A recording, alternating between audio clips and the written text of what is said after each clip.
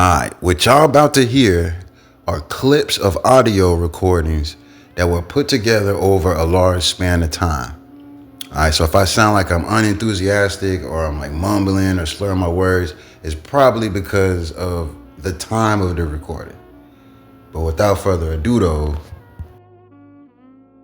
I want to go back over what the manifestation of God is.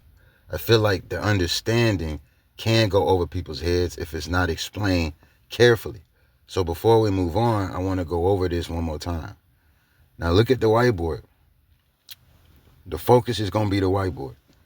Now we used this example before in 4.9, which was talking about the manifestation of God as the fabric and filler of reality. While in this example, we're focusing more specifically on what and who the manifestation of God is. Now, look at the whiteboard. This is before the universe. Now, I got a question. If you or I were to go back in time, specifically to before creation, what would you see? The answer is before the universe. The wrong answer is nothing. Why? Because nothing is not a visible subject, which is one of the reasons why I got the whiteboard represented before the universe. It's because many think of darkness as nothing. And yet, for example, when we close the blinds and cut the lights off in a room, we don't think that the room don't exist no more, right? So darkness is a subject that can be pointed at and described. So I'm also using this whiteboard to solidify understanding. Before creation is not nothing. One more time. Before creation is not nothing. It's before the universe. Okay, another question. I got another question. What is creation? We went over this a million times. Answer. Space, time, and matter. What is creation? Space, time, and matter. So what is before space, time, and matter? Spaceless, eternal, immaterial. We understand. We got it. All right. Next question. If we go back in time, specifically before creation, where is God at? Where is God on this whiteboard, actually? Your answer is God, that three-letter word, God is not revealed. If you and I were to go to the point before creation, there wouldn't be any worshipers there, because worshipers are part of creation. And because there are no worshipers, the understanding of God has not yet been revealed. Why? Why? Because God is the subject of worship and before the universe. Let's not forget, worship is directly tied to communication or understanding the subject of God. So worship and God cannot be separated. So if there's no worshipers, that means there's no revelation of God that has been given to creation, because it ain't no creation. We understand that. I think we understand that. But here's the catch. God can't not exist, because God is absolute. And by this being a unchanging factor, that three-letter word, God, to human beings is understood as a title or a name of something. Okay, watch this. Listen. All right, listen. Watch this. Before the universe is God. That's a title. And God is before the universe. That's a being. We understand. Does this make sense? All right. I got two thoughts right now that come to my mind. Are these gods that we have been told about here on earth? That's one. And number two, the changing of titles don't remove the person or the being. Okay, basically what I'm saying is, what What somebody calls God don't mean it is God in being. But let's go to my first thought. Let's go back to my first thought. Think about all the gods that you've heard about mentioned on the planet that you live in right now. Think about it. People got pictures of Jesus Christ with blonde hair and blue eyes. Some people got him black with white hair. Look at the Hinduism gods. Look at Krishna, she's blue. Look at Zeus and all the other gods. Look at the Egyptian gods. I don't even know if anybody's seeing Allah. I don't know what's going on over there. But do you understand what I'm saying? Think about all these gods that you've been told about.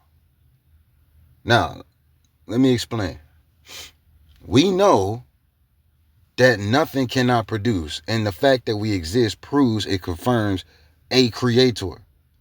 Because the act of creation has been done, and the same confirmation, the same evidence, our existence, because of that, we know the creator utilized self to create creation. Why? Because nothing isn't a subject that could be used. We understand this. Regardless if we know in detail what the subject, the creator, is, in detail, we understand for a fact there is a subject known as creator because we exist. Creation. We as creation exist. All right. We got that. Now, a lot of people understand this truth. And they understand because everything is made out of whatever, the source, creator, God, whatever. Because they understand everything is made out of God, and God is the fabric and filler of all things, everything is God. You're God, I'm God, the trees is God, the window wipers is God, the squirrels is God, everything is God. And there's truth to that. There's facts to that. But that raises another question. If you God and I'm God and everybody's God, which one of us gods press the start button on this life program? Which one of us pressed play to start life? Who began reality? Do you understand what I'm saying? That proves that titles and names come from understanding a subject. Just because you call something by a name doesn't mean it is that thing in being. Does that make sense? Hold up. What I just said is proven in this example. Look at the whiteboard. Before the universe is an existing persona outside of space, time, and matter. You understand? Just look at it. Every God that you've heard a claim for while living in this world, living in this earth, they ought to be right here. Look at the whiteboard. They ought to be right here. If they're not right here, why do they claim the title? Why do they claim the title? This is how we know, this is how human beings, this is how we know God is a title and being. Because watch this, God in person can't not exist. While God in title can not be revealed. I'm going to say that last piece one more time. God in person can't not exist. That means God always exists. No beginning, no end. That means always exists. That's what I just said. But while that is true, God in title can not be revealed. Do we understand? What you call God might not be God in being, but that is your God in title. So if we go back before creation, we would be looking at and inside, standing on and inside and surrounded by before the universe. We will be looking at before the universe. We understand that. But okay, it's about to get, please focus. This is where I need focus and I need ears. Please listen and please catch what I'm saying. We would be looking at before the universe, but not capable to perceive anything. I did not say we would be looking at nothing. We just went over this whole thing about how before creation is not nothing. Right? we would be looking at before the universe, but still cannot perceive anything. Okay. We mentioned this in the fourth dimension message, but let's go. Let's go to the next thing. Go to the next thing. You are a three-dimensional human being, a human creature that has a two-dimensional perspective. Okay?